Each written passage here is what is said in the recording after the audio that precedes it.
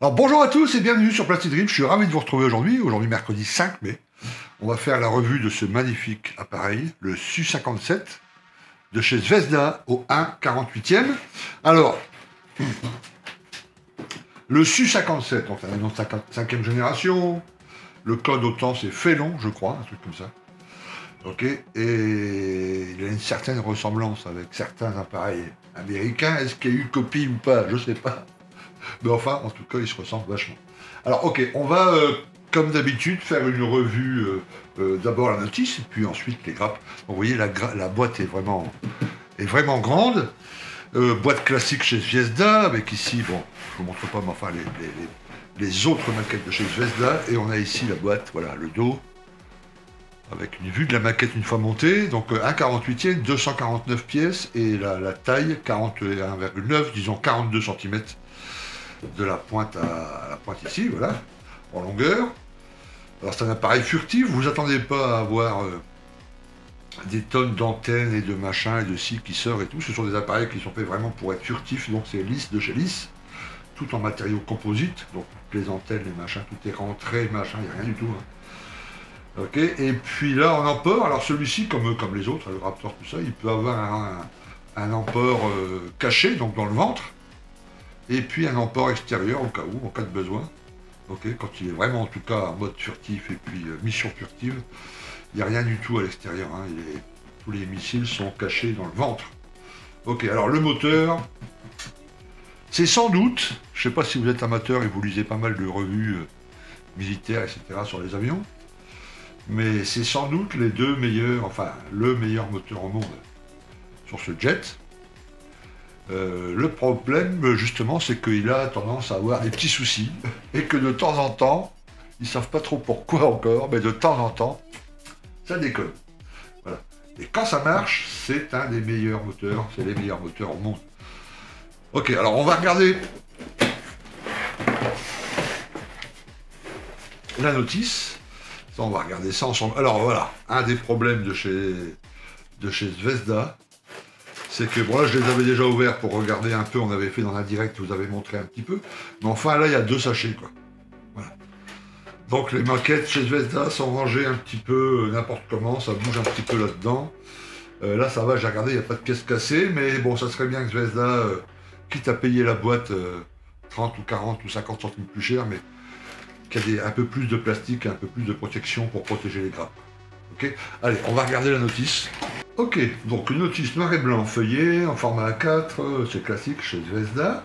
Le Su-57, vous avez donc deux versions. Une version que vous pouvez poser au sol et une version en vol.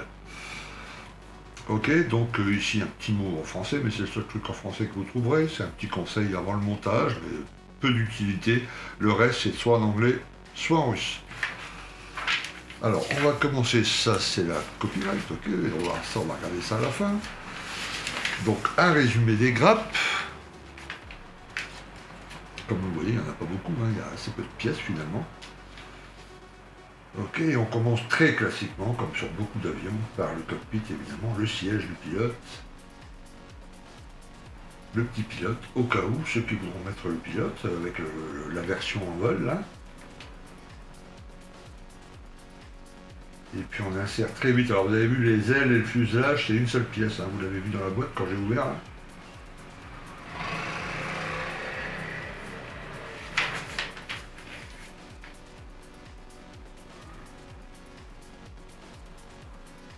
Voilà, je vous conseille que, si vous choisissez la version en vol, c'est là qu'il faut percer le petit trou pour rentrer le support.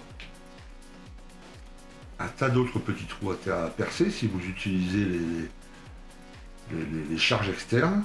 Moi je ne les ferai pas, si je monte cet appareil, je le ferai lisse de chez lisse. Peut-être avec ça ouvert, les trappes et puis ça chargé, mais les ailes de chez lisse, c'est le but de cet avion. C'est dommage d'habiller un avion furtif avec des tonnes de bidons et de missiles extérieurs, je trouve. Voilà, bon, les entrées d'air, les trappes de train, donc là c'est pour la version en vol, hein. Les tuyères, et on avance assez vite, hein, ça va relativement rapidement. La verrière, donc ouverte ou fermée. Et ensuite, oui, le principal des pièces, ce sont les missiles intérieurs et puis les charges extérieures. Hein. Voilà, ici, les trains, les roues, etc.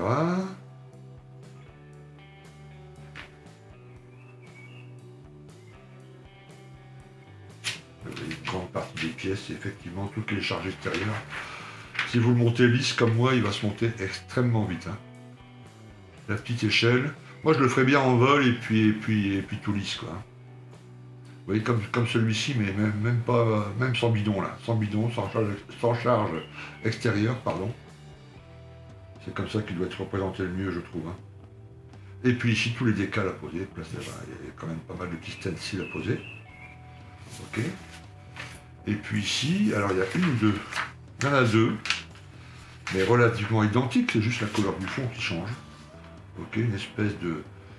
C'est pas une pixel, tu vois, le camo pixel, là, avec ici les couleurs Zvezda et les couleurs Tamiya. Ok, mais cette déco est plutôt pas mal, hein. Moi je la trouve vraiment chouette. Donc là on vole avec le petit pilote et puis tout train rentré, machin, tout lisse en dessous là. Ça peut être pas mal, moi en tout cas c'est la version que je choisirai. Et puis ici un résumé des décals, les deux planches décales qu'on va regarder après. Alors côté plastique, on va regarder tout de suite la pièce principale quand vous ouvrez la boîte là. Donc voilà le dessus de l'appareil. Ok, alors je regarde comme ça vite fait pour me faire une idée, bien que j'avais déjà vu. Alors je vous montre la gravure.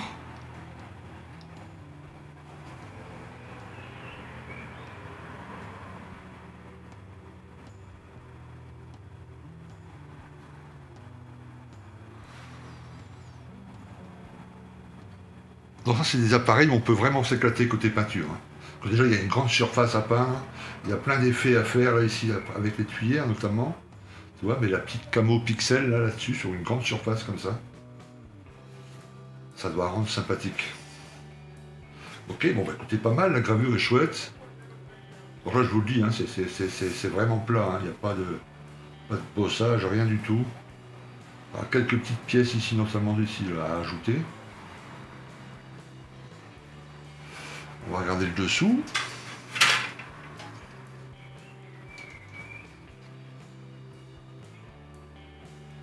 Même chose, belle gravure.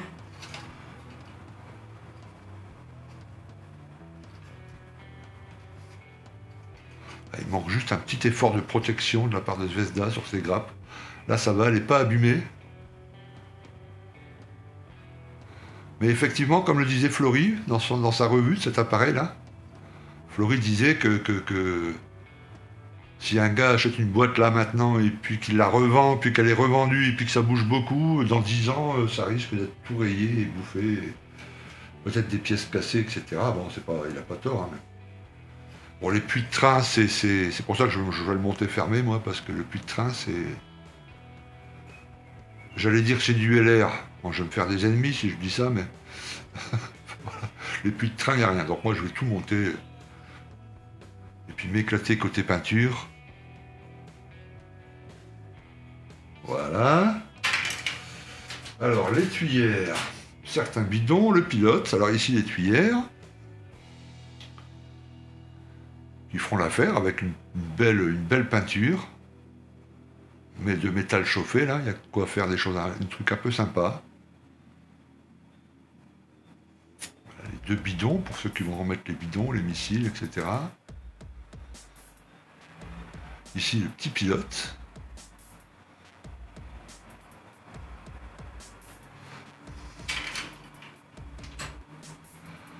Alors cette grappe, elle est identique. Là, si vous vous trompez dans le pilote, vous le perdez ou je sais pas quoi, bah, il y aura un deuxième pilote. Voilà, ces deux grappes complètement identiques, donc on va passer.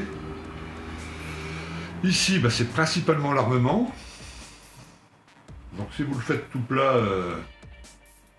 il vous faudra juste cette pièce-là.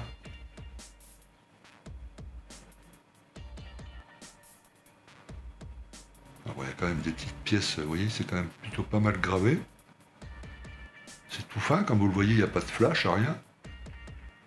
Le détail de la porte extérieure, enfin l'autre côté plutôt, hop, bien ici, voilà.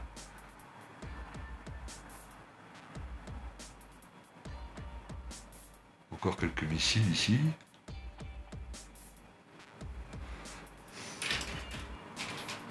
Alors les empennages, la petite échelle qui est là. Donc tu vois, quand c'est pas emballé, ben ouais, ça arrive, ça va falloir faire attention là, parce que le truc il est pas loin du point de rupture. Hein. Je vais éviter de le toucher, mais bon, c'est facilement réparable, hein, c'est pas extrêmement grave.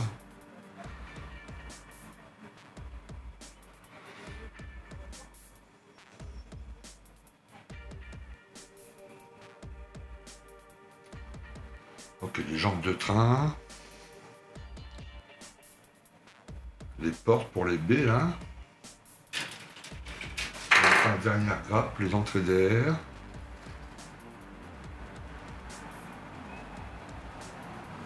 Le siège du pilote qui est ici, la baignoire qui est ici. Bon là aussi, côté instrument, c'est du LR. Donc là, il va falloir trouver peut-être des décales quinta là. Les décales en relief. Je dis ça parce que j'ai cru voir passer un message ou un mail sur un forum, enfin je sais plus quoi, où un gars disait que ça existe, ça. J'irai voir après chez Quinta, mais je crois que Quinta a sorti un jeu de décale 3D pour ça. Donc là, ça sera vraiment utile parce que vous avez vu le tableau de bord, ouais, même la baignoire, c'est complètement, c'est tout plat. Hein. Je vais trouver, parce que je ne l'ai pas vu passer en parlant du tableau de bord. Oui, bah, le tableau de bord, il est là. Voilà. Donc là aussi, c'est assez plat. Donc il va falloir trouver un décal ou une planche photo découpe ou quelque chose. Pour le reste, en tout cas, je crois vraiment que c'est un appareil qu'il faut représenter pour rentrer, quoi. Et la verrière, la partie vitrée. Donc deux verrières, je ne sais pas si c'est deux versions ou laquelle à mettre, mais... Alors pour là, il n'y a rien à dire, hein, c'est nickel.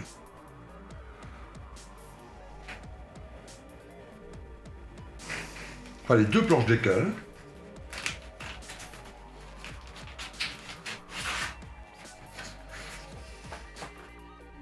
Donc, première planche. Les décales sont super fins.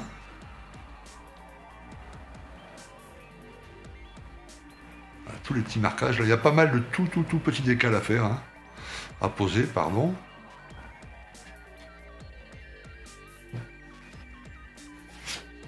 Et puis le deuxième, voilà, c'est toutes les petites lignes rouges.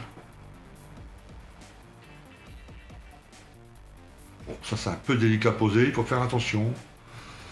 Mais si en dessous la peinture est bien, il y a une belle couche de vernis brillant, ça glisse bien, bon, ça va aller tout seul.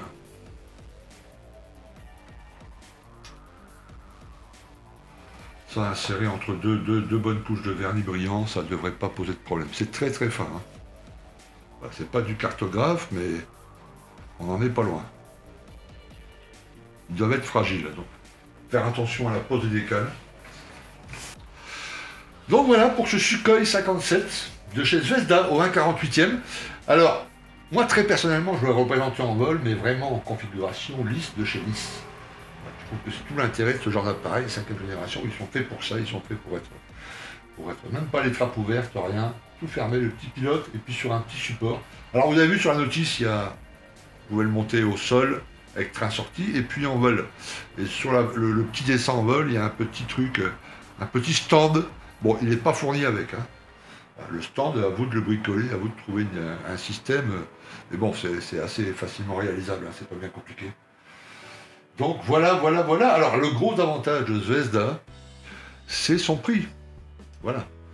Et là, on a une maquette qui est relativement correcte pour le prix, puisque là, alors, elle est à 29 € chez Passion 132. Okay. Sachez qu'elle existe aussi à 17 € au 1,72e, exactement la même maquette, le même box art, etc. Au 1,72e. Là, au 1,48, elle fait 29 €, 29,10. Voilà. Chez Passion 132. Alors, en plus, là, on est le 5 mai. Pendant une semaine, donc du 5 au 12 mai jusqu'à mercredi prochain, je vais vous donner un code, là, je vais l'afficher là, juste en dessous de ma tranche, là. Voilà. Ok. Et avec ce code, vous avez en plus moins 10%. Voilà. Donc, vous prenez la boîte, tac, SU57 au 1,48e, vous rentrez le code et moins 10%. Donc si c'est bon, ça doit faire dans les 26-50 des brouettes. Voilà. Donc c'est pas mal. C'est vraiment pas mal. Et on peut faire une belle maquette, il y a de quoi s'éclater peinture. Peinture, il y a de quoi faire, parce que voilà. Alors, il existe d'autres camos, hein, cherchez sur la toile, vous allez voir. Il y a des camos plutôt sympathiques. Mais même celle-ci, là, un peu pixel, là, c'est pas mal à faire. Pas mal.